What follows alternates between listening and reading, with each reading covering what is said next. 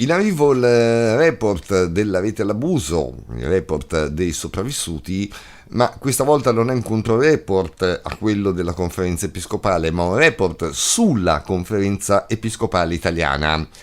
Ci prenderemo le botte che dobbiamo prenderci e anche le nostre responsabilità, questo disse il neoeletto presidente della conferenza episcopale Matteo Zuppi. Grazie. Francesco Zaldi, a parte incontriamoci molto volentieri, anche perché se ci avete dei casi ditecelo, se l'avete già detto, non lo so, io parlo per me chiaramente, molto volentieri.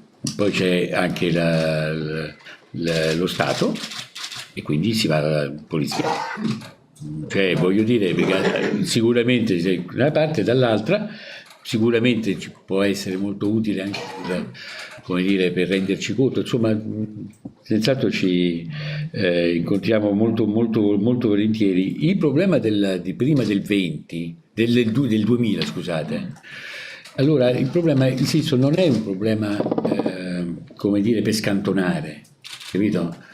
D'altro, poi se ci sono la collaborazione a capire a capire il fenomeno e ad affrontarlo seriamente, piena. Quindi bisogna vederlo, poi dopodiché c'è, come mi sembrava che accennasse Zanardi, no?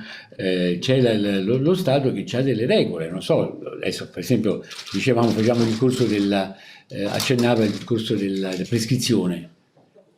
C'è la prescrizione, per noi sappiamo di no, poi si può vedere e si può anche capire delle cose, poi dopodiché c'è sempre un aspetto di regole che sono quelle, poi se uno deve cambiare è un altro discorso, ma non è che c'è il diritto canonico, io quando ero giovane il diritto canonico mi sembrava una roba che anti-ecclesiale, no? Diciamo nel senso di dire ma che c'è la Chiesa, che c'è a che vedere col diritto canonico. Poi sono studiato pure un anno di diritto canonico, che forse è stata la nemesi di quello, eccetera, e in realtà ho scoperto una grande tutela in realtà dei soggetti, delle responsabilità, eccetera, eccetera. Quindi comunque ci vediamo, ci sono tutti quanti i casi, molto bene, non c'è una prescrizione morale, quella non c'è per noi, quello sicuramente. Le botte poi invece le hanno date, a prenderle sono state ancora una volta le loro vittime. Abbiamo cercato di fare chiarezza sui progressi della Chiesa in tema di abuso sessuale su minori e persone vulnerabili, aiutati da un dato campione notevole, 332 casi italiani, quelli documentati direttamente attraverso i sopravvissuti, che si sono rivolti all'associazione durante i suoi 13 anni di attività unica in Italia. Le interrogazioni che ci siamo posti nell'indagine, ovvero quale livello di giustizia per le vittime è stato ottenuto, quale livello di sicurezza e di prevenzione si è raggiunto, quale livello di controllo sulle gerarchie e coloro che insabbiano, quali differenze tra l'Italia e gli altri paesi e quale affidabilità quella della linea italiana della CEI. Il report sarà reso pubblico nei prossimi giorni a Roma durante il Sinodo e l'annessa manifestazione di 3 giorni dal 27 al 30 organizzata da ECA Global, di cui Rete l'Abuso è fondatrice, che raggruppa le associazioni dei sopravvissuti di tutto il mondo. A questo proposito la redazione del TG News annuncia fuori dalla sola edizione del sabato contributi speciali sugli eventi che avranno luogo in Roma.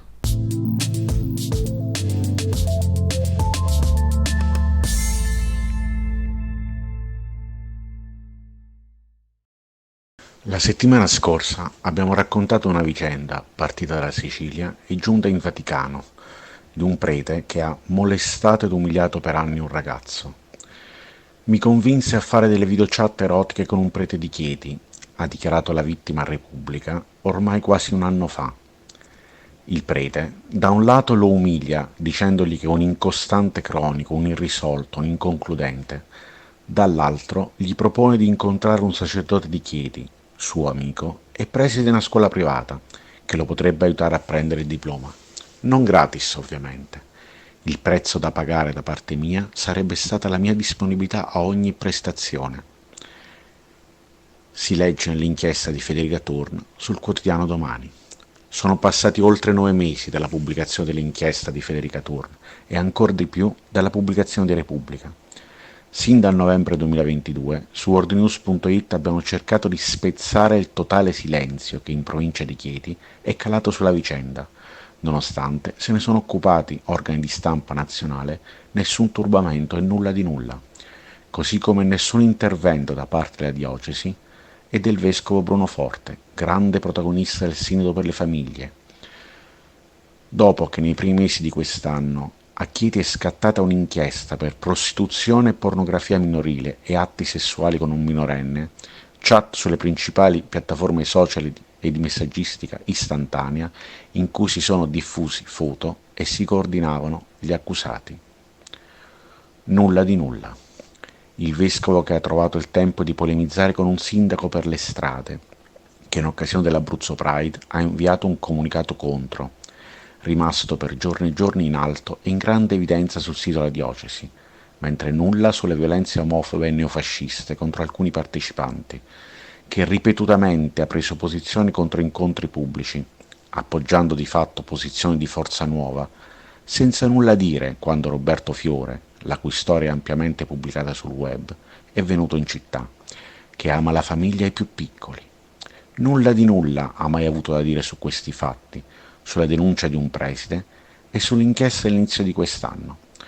Sono passati ormai oltre 10 mesi e nessuno è stato turbato e, come su worldnews.it abbiamo sottolineato più volte, resta un pesante interrogativo su tutti. Se nulla si sa, se nulla si vuol dire, se nessuna posizione si prende, il personaggio accusato dalla vittima di Siracusa continua a frequentare scuole e quindi anche minorenni? Una circostanza che turberebbe chiunque, ma non a quanto pare, nella provincia teatina, chi dovrebbe.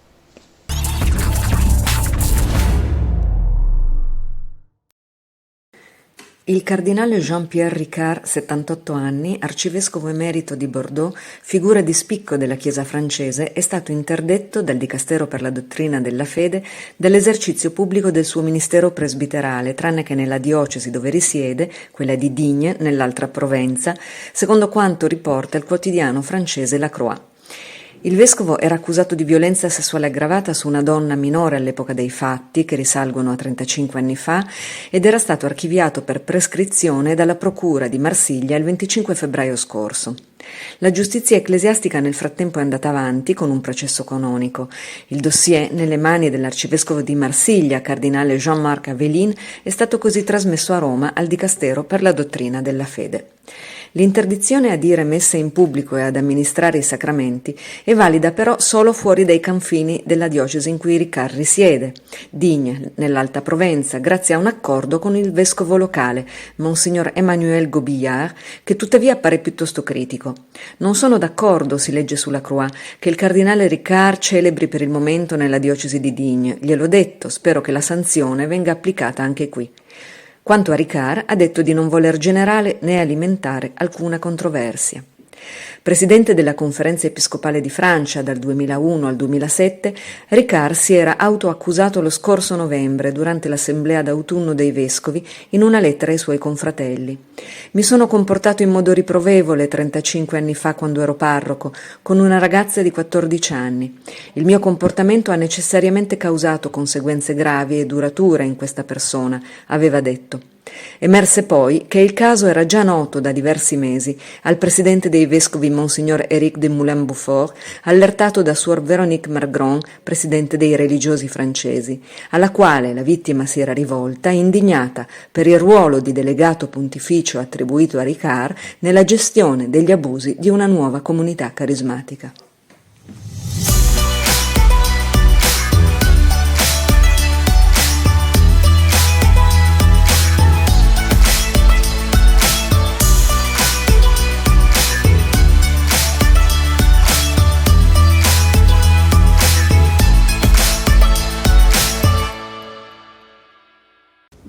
La Conferenza Episcopale Svizzera vuole istituire un tribunale ecclesiastico penale disciplinare per la Chiesa Cattolica in Svizzera.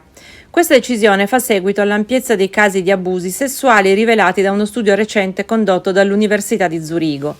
In un comunicato diffuso sabato scorso, i vescovi si dicono sconvolti dai risultati della ricerca, che ha messo in luce l'esistenza di un gran numero di casi di abuso nella Chiesa cattolica degli ultimi 70 anni. Auspicano quindi l'istituzione di un tribunale nazionale. I vescovi stanno lavorando per organizzare un incontro con i responsabili vaticani nelle prossime settimane. Le leggi svizzere continuerebbero ad avere la precedenza e le autorità penali sarebbero obbligatoriamente coinvolte in tutti i casi di abuso o altri reati commessi in ambito religioso. Il tribunale ecclesiastico si occuperebbe anche delle sanzioni necessarie in caso di violazione della legge ecclesiastica. Il presidente della conferenza episcopale svizzera, il vescovo di Basilea Felix Gmür, ha riconosciuto che sono stati commessi degli errori nell'indagine sugli abusi sessuali nella Chiesa cattolica. La prospettiva delle vittime non è stata presa sufficientemente in considerazione e sono molto dispiaciuto, ha detto Monsignor Gmür. Il vescovo di Basilea ammette che all'inizio del suo mandato episcopale dava maggiore importanza alla gestione giuridicamente corretta dei casi di abuso, ma che con il tempo ha cambiato prospettiva. Il vescovo Gmür si è detto favorevole a un sostegno esterno per le indagini della Chiesa sui casi di abuso sessuale, come richiesto dalla Conferenza Centrale Cattolica Romana della Svizzera. Il vescovo di Coira, Joseph Bonnemann, che è responsabile di un'indagine sull'insabbiamento di casi di abuso all'interno della Chiesa, ha detto che sarebbe felice di ricevere tale sostegno e penso, ha detto il vescovo Gmür, che sarebbe un'ottima cosa. Per il vescovo di Basilea il potere all'interno della Chiesa deve essere distribuito meglio. Lavorerò a Roma per garantire che la Chiesa sia decentrata. È necessaria una nuova morale sessuale e la possibilità di prendere accordi a livello regionale, ha sottolineato.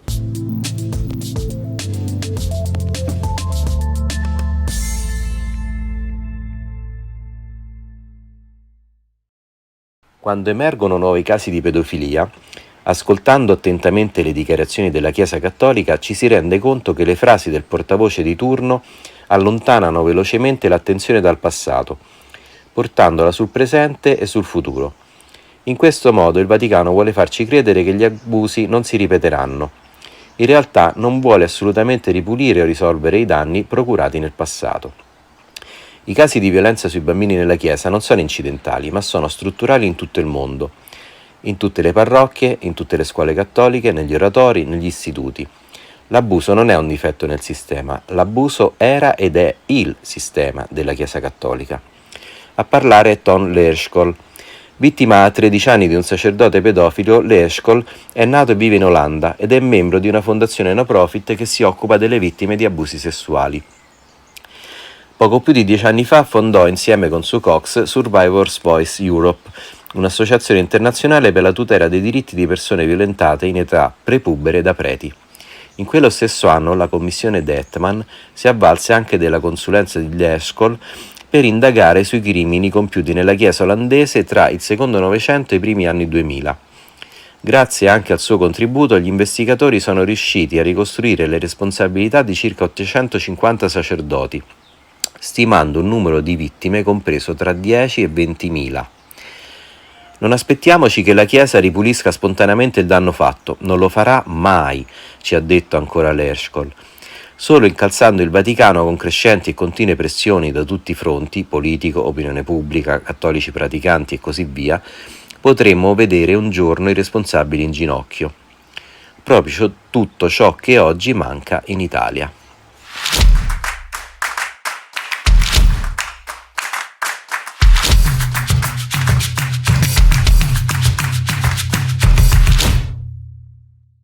Il 26 settembre scorso si è conclusa una vicenda durata 12 anni. Al Tribunale di Milano, in seconda sezione penale della Corte d'Appello, si è svolta l'ultima udienza dell'appello bis con la sentenza di condanna definitiva a 3 anni di reclusione per Don Mauro Galli. La condanna verrà scontata ai domiciliari. Erano presenti i familiari della vittima che si sono dichiarati sufficientemente soddisfatti dell'esito finale del processo. Era la migliore conclusione possibile per evitare il rischio della prescrizione che di fatto avrebbe vanificato tutto l'iter processuale.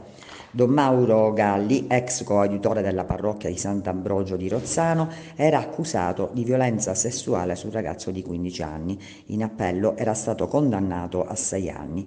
Tecnicamente quello di martedì scorso è un concordato in appello, una sorta di patteggiamento proposto dalla difesa e accettato dalla Procura Generale.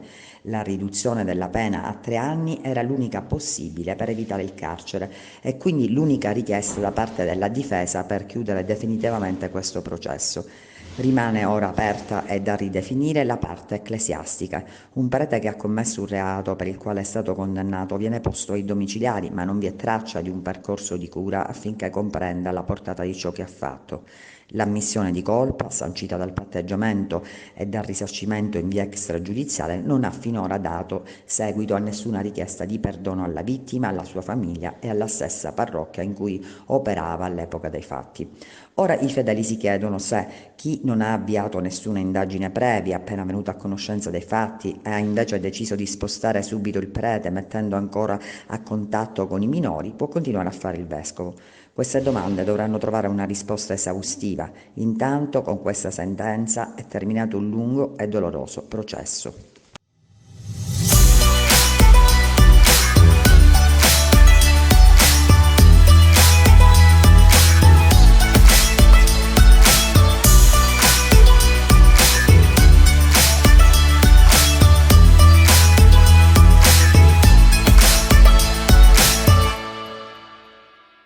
Per questa edizione è tutto, grazie per averci seguito. L'appuntamento è per sabato prossimo alle 12, avete l'Abuso News. Vi auguriamo un buon weekend.